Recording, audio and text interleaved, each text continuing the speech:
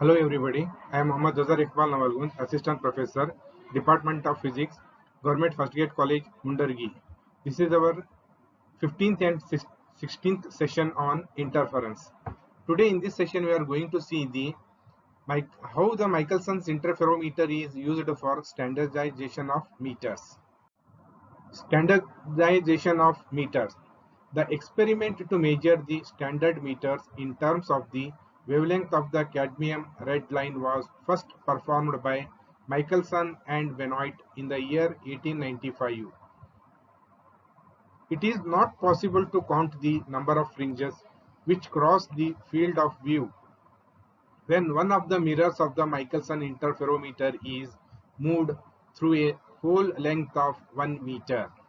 Moreover, for a path difference of more than 20 centimeters, it is not possible to obtain the fringes. The mirrors must not be moved through a distance of more than 10 centimeters. Michelson devised a series of 9 substandards known as etalons, each approximately twice the length of the preceding one. The length of the longest etalon was 10 centimeter and that of the shortest etalon was 10 divided by 2 raised to 8 centimeter. That is equal to 0.039 centimeter. An etalon consists of bronze bar on which two front silvered plane mirrors M1 and M2 are fixed, as shown in figure. The planes of the mirrors are kept exactly vertical and perfectly parallel to each other.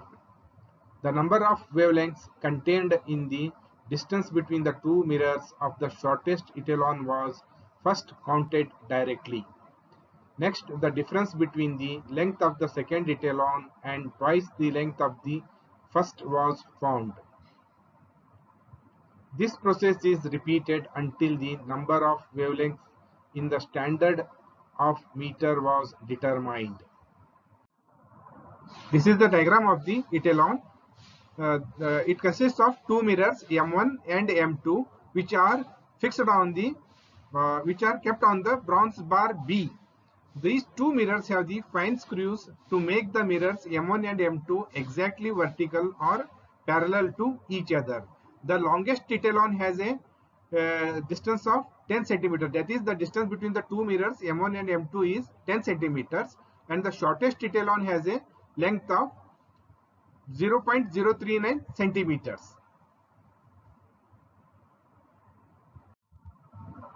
Experiment. First one. The Michelson interferometer was as shown in the below figure. Light from the source S after passing through the lens L is incident on the glass plate A. One portion of the beam is reflected towards M1, while the other part after reflection from M falls on the mirrors M1 and M2 of the shortest etalon and fixed mirror M2. The center of M2 lies in a horizontal plane parallel and above the plane containing the centers of M1 and M2. P is the reference plane and is the image of M1. The mirrors M1 and M2 are adjusted such that their planes are parallel to the reference plane P. This is the ray diagram of the Michelson's interferometer for the measurement of standard meters with the etalons. The construction is that here is the source of light and a convex lens, a beam splitter A which is kept at an angle of 45 degree with the incident light, and a mirror M and a compensating glass plate C and the mirror M2 and a etalon of shortest length of 0.039 centimeters with the mirrors M1 and M2.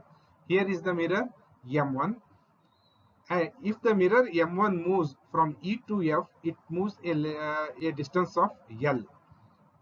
When a ray of light which falls on the lens L renders parallel and falls on the beam splitter A, here it is partially reflected towards the mirror M1 and comes back and goes to the telescope. and partially it is transmitted towards M. Here it is reflected towards M2 and the etalons, mirrors of etalons M1 and M2. After reflecting back from the etalons mirror and the mirror M2 falls on the mirror M and goes towards A. At the back of beam splitter, it reflects towards the telescope. Okay. When the mirror M1 is parallel to the mirror M2, this P is the reference plane for the mirror M1. When they are parallel, you will see the circular images. When you tilt the mirror M1 and coincides with the mirror M2 and M1, you will see the straight line fringes with the white light. If you have to compare the etalons, you have to keep another etalon twice the length of the first etalon here and make the mirror M2 also parallel with the M1.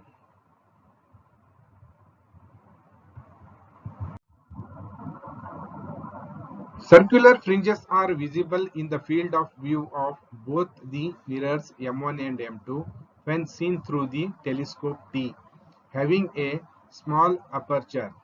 Then the mirror M1 is adjusted such that the reference plane P makes a small angle with M1 and M2.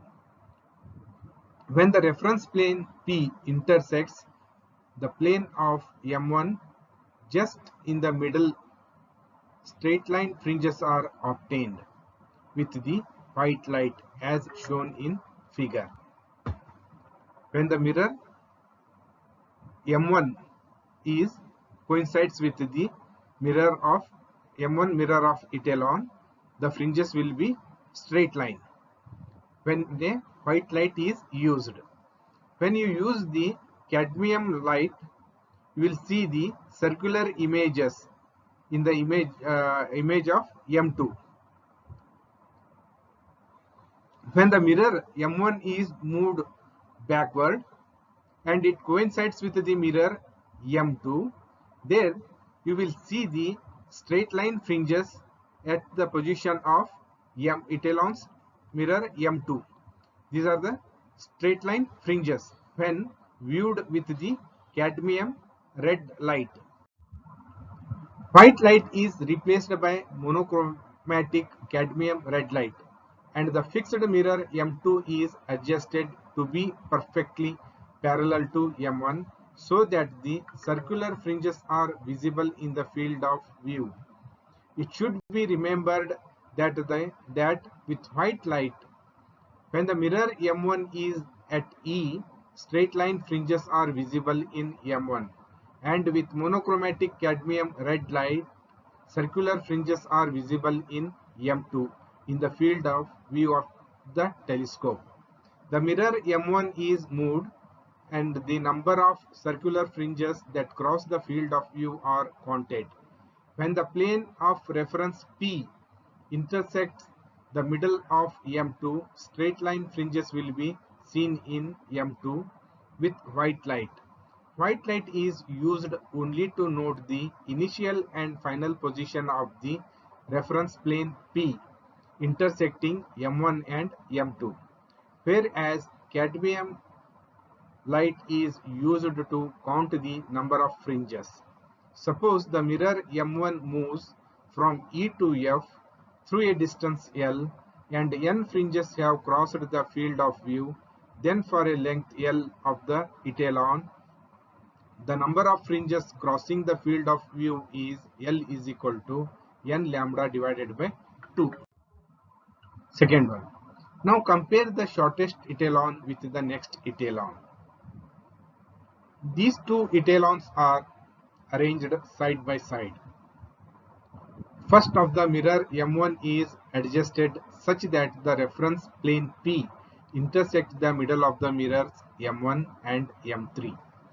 Here M1 and M3 are two lower mirrors of the two etalons, whereas M2 and M4 are the upper mirrors.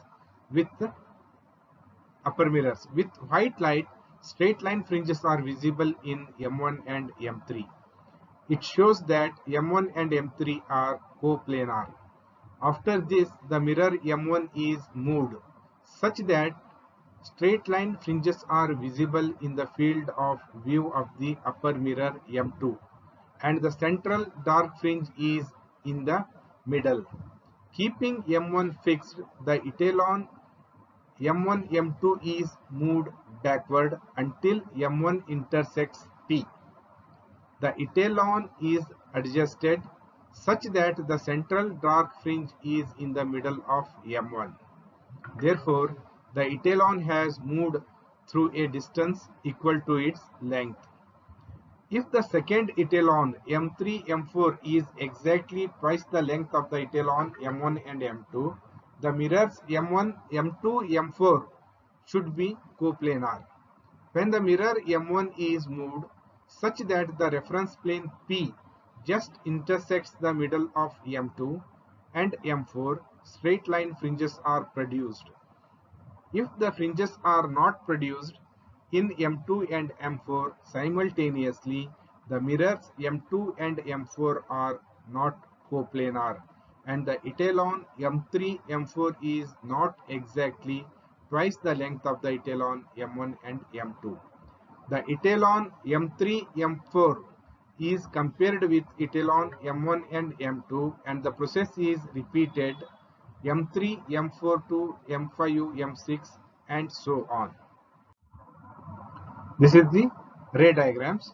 When the plane of the reference plane of plane P intersects with the mirror M1 and M3. This is the shortest etalon. This is the etalon with the twice the length of the first etalon. When the reference plane P intersects with the mirror M1 and M3, you will see the straight line fringes at the mirrors of M1 and M3. Now move the mirror M1. It coincides with the mirror M2, where you see the straight fringes in the mirror of M2. Now move the first etalon upward and coincides with the M2. M2 means it moves the full length. Now the plane P coincides with mirror M1. You will see the straight line fringes in the image of M1. Now move the mirror M1 such a way that it coincides with M2 and M4. You will see the images, straight line images in the mirrors M2 and M4 if M3 and M4 is twice the length of the M1 and M2.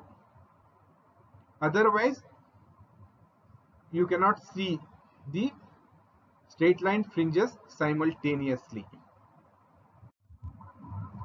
Recap. In this session, we have studied the standardization of meters using Michelson's interferometer, experimental arrangement, comparison of shortest etalon with the next etalon. We have referred the books for this session is Textbook of Optics by Brijlal and Subramaniam, Refresher Course in Physics by Arora, Optics by D.S. Thank you.